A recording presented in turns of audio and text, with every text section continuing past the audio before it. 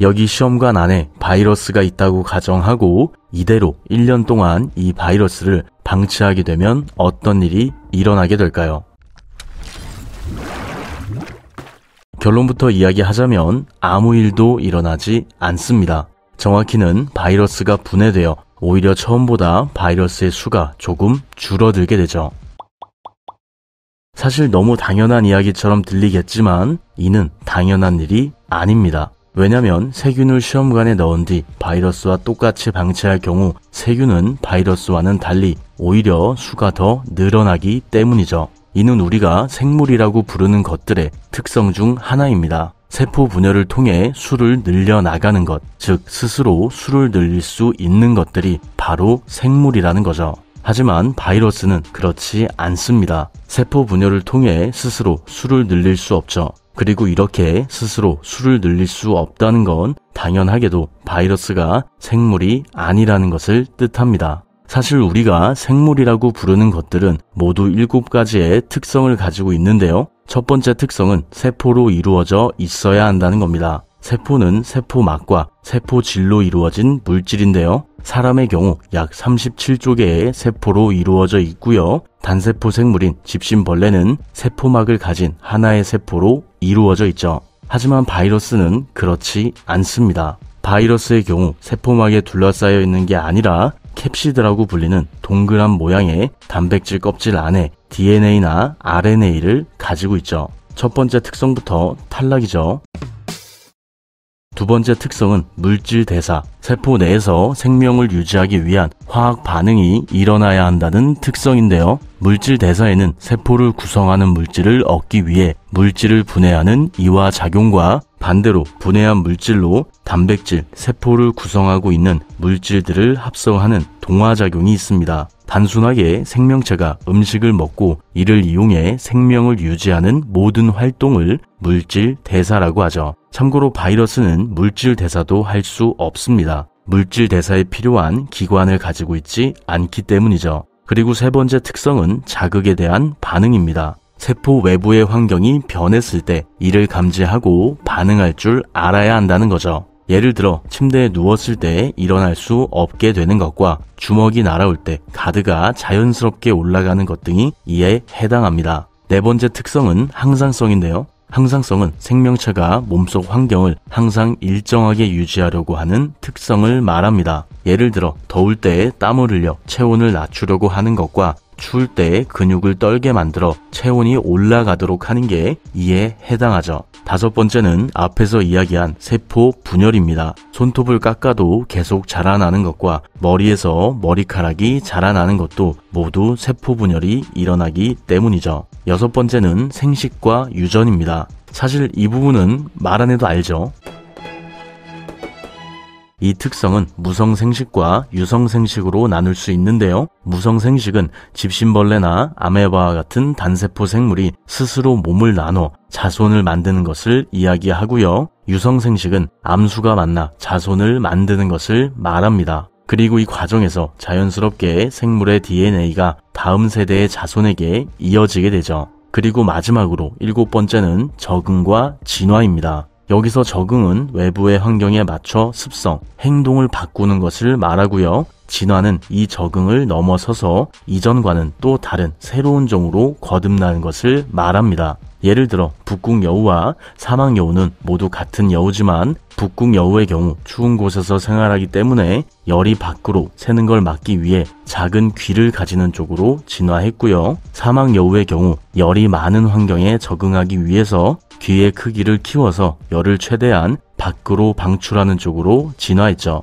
바로 이런 특성들이 생물이 가지고 있는 7가지의 특성입니다. 그리고 앞에서 이야기했듯이 바이러스는 이런 특성을 가지고 있지 않고요. 바이러스가 이런 특성을 가지고 있지 않다는 건 바이러스가 생물이 아니라 무생물, 즉 스마트폰이나 간지큐브처럼 생명이 없다는 걸 의미하죠. 그런데 이 부분은 정말 이상하죠. 바이러스가 무생물이라면 지금 우리를 괴롭히고 있는 코로나19 바이러스는 뭘까요? 어떻게 스스로 수를 늘릴 수 없는 이 무생물이 전 세계적으로 수많은 사람을 감염시키며 수를 늘릴 수 있었던 걸까요?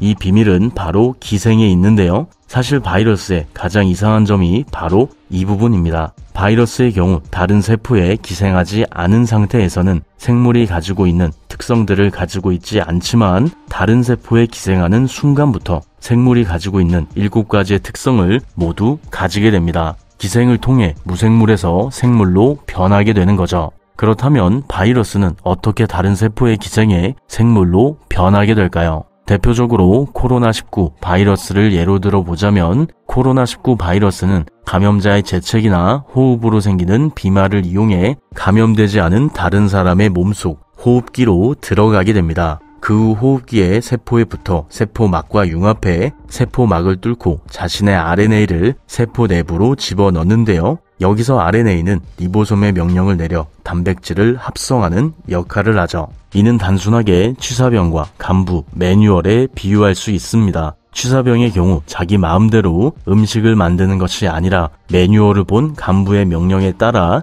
음식을 만드는데요. 예를 들어 두부조림을 만들 때 매뉴얼에 고춧가루를 딱 1kg만 넣으라고 적혀 있으면 한가위처럼 더도 말고 덜도 말고 딱 그만큼만 넣어야 하는 겁니다. RNA와 리보솜의 관계도 이와 마찬가지죠. RNA가 매뉴얼을 본 간부고 간부의 명령을 받아 직접 음식을 만드는 취사병이 리보솜입니다. 세포 내부로 들어간 코로나19 바이러스의 RNA도 이와 마찬가지죠. 감염된 세포의 리보솜에 명령을 내려 단백질, 즉 코로나19 바이러스인 자신을 복제하는 겁니다. 잠시 정리해보자면 바이러스가 다른 세포에 기생하는 단순한 과정은 먼저 감염시킬 세포에 세포막을 뚫는 것부터 시작되고요. 이 이후 세포 내부에 자신의 DNA나 RNA를 집어넣으면 이 DNA와 RNA가 세포의 기관을 이용해 바이러스를 복제합니다. 참고로 코로나19 바이러스나 다른 바이러스의 치료제의 경우 이 과정, 바이러스가 세포막을 뚫는 과정을 방해하거나 바이러스의 DNA나 RNA가 리보솜에 명령을 내려 바이러스를 복제하는 과정을 방해하는 방법을 사용합니다. 이미 바이러스에 감염된 사람의 몸 안에서 바이러스가 더 이상 수를 늘리지 못하도록 막는 게 치료제의 목적이라는 거죠.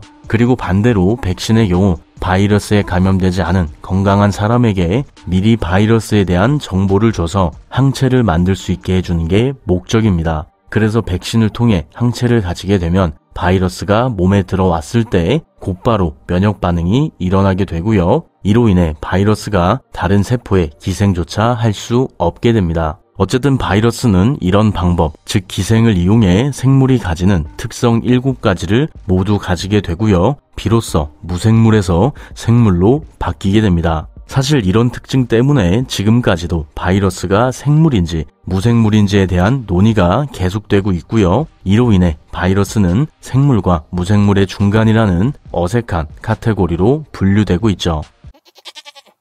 마지막으로 정리해보자면 우리가 생물이라고 부르는 것들은 7가지의 특성을 가지고 있습니다. 세포 분열을 통해 스스로 수를 늘리거나 물질 대사를 통해 자신의 생명을 스스로 유지하고 있는 거죠. 하지만 다른 세포에 기생하지 않은 바이러스는 그렇지 않습니다. 스스로 수를 늘릴 수도 없고요. 물질 대사를 통해 스스로 자신의 생명도 유지할 수 없죠. 그래서 기생하지 않은 바이러스는 스마트폰이나 간지 큐브처럼 무생물과 같다고 말할 수 있습니다. 따라서 다른 세포에 기생하지 않은 바이러스를 1년 동안 시험관 안에 두고 방치하게 되면 이 바이러스들은 스스로 수를 늘릴 수 없기 때문에 1년이 지나더라도 이 바이러스들에게는 아무런 일도 일어나지 않죠. 오히려 스스로 수를 늘리지 못해 바이러스가 분해되며 수가 줄어들게 된다고 결론 내릴 수 있습니다.